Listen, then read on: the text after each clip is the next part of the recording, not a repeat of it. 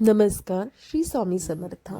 आपल्या Shantivan paralysis centre आणि वृद्धाश्रम इथे नेहमीच मी प्रयत्न करत असते की आपल्या वृद्धांना म्हणजेच आजी आजोबांना काही ना काही ॲक्टिव्हिटी देण्याचा, की जेणेकरून त्यांचा दिवस खूप चांगल्या प्रकारे जाईल.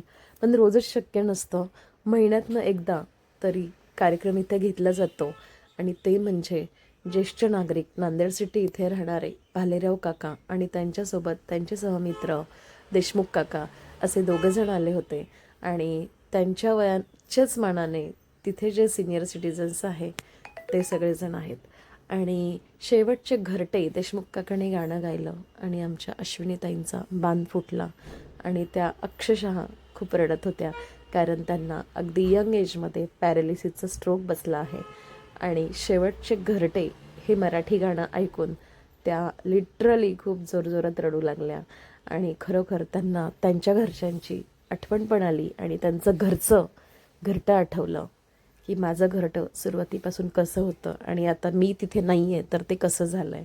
साहजिकच आहे, अशी इमोशनली गाणी ऐकून कोणाचा बांध फुटणार नाही आणि कोणाला रडू आवरणार नाही.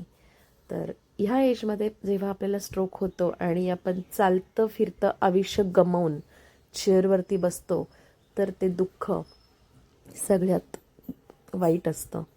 कारण एखादी व्यक्ती चालती आणि सडनली तिला स्ट्रोक बसून तिचं पूर्ण आयुष्यच बदलून जातं, तर याच्यापेक्षा दुसरं दुःख कोणतं आहे. आणि खरोखरच जेव्हा जेव्हा आपले इथे कार्यक्रम होतात तेव्हा अश्विनीताई अगदी खूप रडून घेतात आणि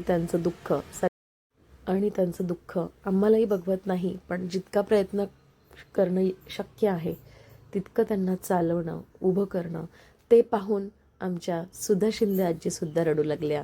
काही अशीच इमोशनली गाणी सुरू झाली होती. आम्हाला निमित्त लागत नाही आहे रडायला. थोडंसं काही कारण समोर आलं, एखादं गाणं चालू झालं तर इकडे रडू आवरत नाही. सुधा आजींनासुद्धा पॅरालिसिस झाला आहे, लेफ्ट हँड आणि लेफ्ट लेग, त्यामुळे उभं राहता येत नाही आहे, चालता येत नाही आहे. आणि त्यांचा जो पॅरालिसिस आहे तो क्रोनिक आहे.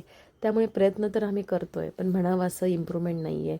फक्त आमच्या अश्विनीताई आता बऱ्यापैकी चालायला लागल्या आहेत, पण लवकरच तर चालतील.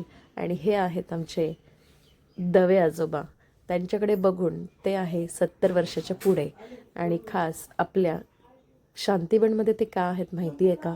कारण त्यांचं थोडंसं स्मोकिंगमुळे त्यांचं लंग्स वीक झालं होतं आणि घरच्यांना प्रत्येक गोष्टीची डिमांड करणं किंवा थोडासा त्रास देणं अशी त्यांची गोष्ट आहे. आणि ऑक्सिजन लेवल कमी असल्यामुळे सध्या बाबांना 2 लिटर ऑक्सिजन सप्लिमेंट लागतं. तरीसुद्धा त्यांच्याकडे बघून जो उत्साह वाटतो तो काही कमी नाही आहे. आज त्यांचं आयुष्य आहे ऑक्सिजनवरती, तरीसुद्धा ऑक्सिजनचं कनेक्शन रूममध्ये ठेवून आज सगळ्यांमध्ये इन्व्हॉल्व होऊन कशा प्रकारे डान्स चालू आहे तुम्हीसुद्धा बघू शकता. आम्हाला त्यांना कंट्रोलच करता येत नाही. कोणतंही गाणं असलं की ते मशीन बाजूला ठेवतात आणि पुढे येऊन छान प्रकारे इन्व्हॉल्व होऊन डान्स करणं. समोर आली श्रीयू, ज्या आमच्या सेंटरच्या थेरपिस्ट आहे, त्यांची ती कन्या आहे आणि खरोखर मुलीला घेऊन इथे सगळ्यांची स्वतः थेरपी देणं, ट्रीटमेंट देणं करतात. कारण स्कूलमधनं आल्यावर तिला ठेवायचं कुठे असा प्रश्न असतो आणि डे केअरची फीज आपण बघतोय खूप आहे, त्यामुळे परवडत नाही.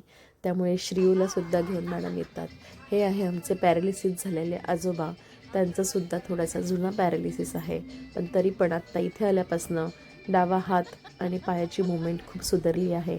आणि धोत्रे काकांचा उत्साह सगळ्यांपेक्षा अति आहे, कारण ह्या एजमध्ये सुद्धा पॅरालिसिस होऊन पण प्रत्येक गाण्यावर ताल लय धरणं आणि डान्स करणं हे काही कमी नाही. आणि भालेराव काकांनी अँकरिंग पण आणि गाणी पण दोन्हीही चालू केली, कारण ह्या वयातसुद्धा हास्य क्लब, गाण्याचे क्लास, गाणी शिकवणं, गायला जाणं, प्रत्येक वृद्धाश्रम असो किंवा अनाथाश्रम असो त्या ठिकाणी त्यांचा उत्साह खूप असतो. आणि कोणतेही चार्जेसची अपेक्षा न करता ती व्यक्ती आज शांतीवनसाठी धडपड करत आहे. आणि खूपच भालेराव काकांचा मला एक चांगला सपोर्ट आहे की आपण तुमच्या आजी आजोबांसाठी, आणि ते आमच्या फॅमिलीचे मेंबरच झाले आहेत भालेराव काका. आणि त्यांचाही उत्साह नेहमी खूप छान असतो. असं वाटत नाही थकलेत बसलेत. प्रत्येक वेळेस विचारलं तर मी ह्या क्लबला आहे, मी इकडे आलो आहे, मी तिकडे आलो आहे. आणि खूप छान असं ॲक्टिव्ह बघू शकता धोत्रे काकांचा उत्साह. उभं राहता येत नाही, बसले तरी आमचा डान्स चालूच आहे. आणि खरोखर उत्साह असा तर असाच धोत्रे काकांसारखा, दवे काकांसारखा आणि भालेराव काकांसारखा. आणि काय गाणं म्हटल्यावर मलाही संधी मिळाली, त्यामुळे मी सुद्धा गाणं गायला सोडलं नाही. तर प्रयत्न तर करत होतेच, पण भालेराव काकांसारखं अगदी प्रोफेशनली असा आवाज नाही आहे, पण प्रयत्न करणं बंद नाही केलं. त्यामुळे सगळेजण रिक्वेस्ट होती, मॅडम तुम्हीसुद्धा गाणं गा. तसं मला थोडंफार येतच असतं, नाही असं नाही आहे. तर अशा प्रकारे मलाही संधी मिळाली आणि सगळ्यांनी सपोर्ट खूप छान केला आणि माझं गाणं संपल्यावर सगळ्यांनी टाळ्यासुद्धा वाजवल्या. आणि सगळेजण खूप छान रिस्पॉन्स देत होते. हे आहेत पंखाताई, म्हणजेच पंखेवाली असं सरनेम आहे आणि ती आपल्याकडे बेवारस आणि बेघर ह्या लिस्टमधून आलेली आहे. आणि तीसुद्धा किती थिरकत होती प्रत्येक गाण्यावरती. कोणत्याही भावना इमोशनल, कारण नातेवाईकांनी मनोरुग्ण झाली आहे म्हणून आज तिला रोडवर सोडलं आहे, पण आपण तिला कित्येक वर्ष सांभाळत आहोत. तिचा तो निरागस चेहरा तुम्हीसुद्धा बघू शकता. तिच्यात काय कमी आहे म्हणूनच नातेवाईकांनी तिला सोडलं आहे. त्याचप्रमाणे आमचे लोणकर दादा जे रोजच सगळ्यांची सेवा करतात, डायफर बदलण्यापासून, आंघोळ घालण्यापासून, जेवण भरवण्यापासून सगळी कामं करतात. त्यांचासुद्धा व्हॉईस खूप चांगला आहे आणि त्यांनाही गाण्याचा चान्स मिळाला आणि त्यांनीसुद्धा खूप छान गाणी गायली. आणि खरोखर त्यांचं ॲज अ सिंगर म्हटलं तरी चालेल, इतक्या छान प्रकारे त्यांचं व्हॉईस आहे. आणि प्रत्येक वेळेस मी त्यांना रिक्वेस्ट करत असते की गाणं म्हणा. आणि अशा प्रकारे आमचे एक मेंबर पुढे येत होते. त्यानंतर दवे काका आणि आमच्या पंख्यावाल्या ताई, त्यांचं आडनाव आहे पंखेवाले. थोडंसं ऐकायला विचित्र वाटतं, पण ती आहे मारवाडी. आणि खरोखर आज फॅमिलीने मनोरुग्ण झाली म्हणून रोडवर सोडलं आहे, हे योग्य आहे का? नाही आहे. पण ती कुठे राहते, काय राहते ह्याची तिला कल्पना नाही आहे. फक्त ती तिचं नाव सांगू शकते आणि ती आपल्याकडे आली आहे एरोडा मेंटलकडनं. आणि मनोरुग्ण खूप अशी नाही आहे, स्टेबल आहे. आणि आज तरीसुद्धा ती आपल्या संस्थेत राहत आहे.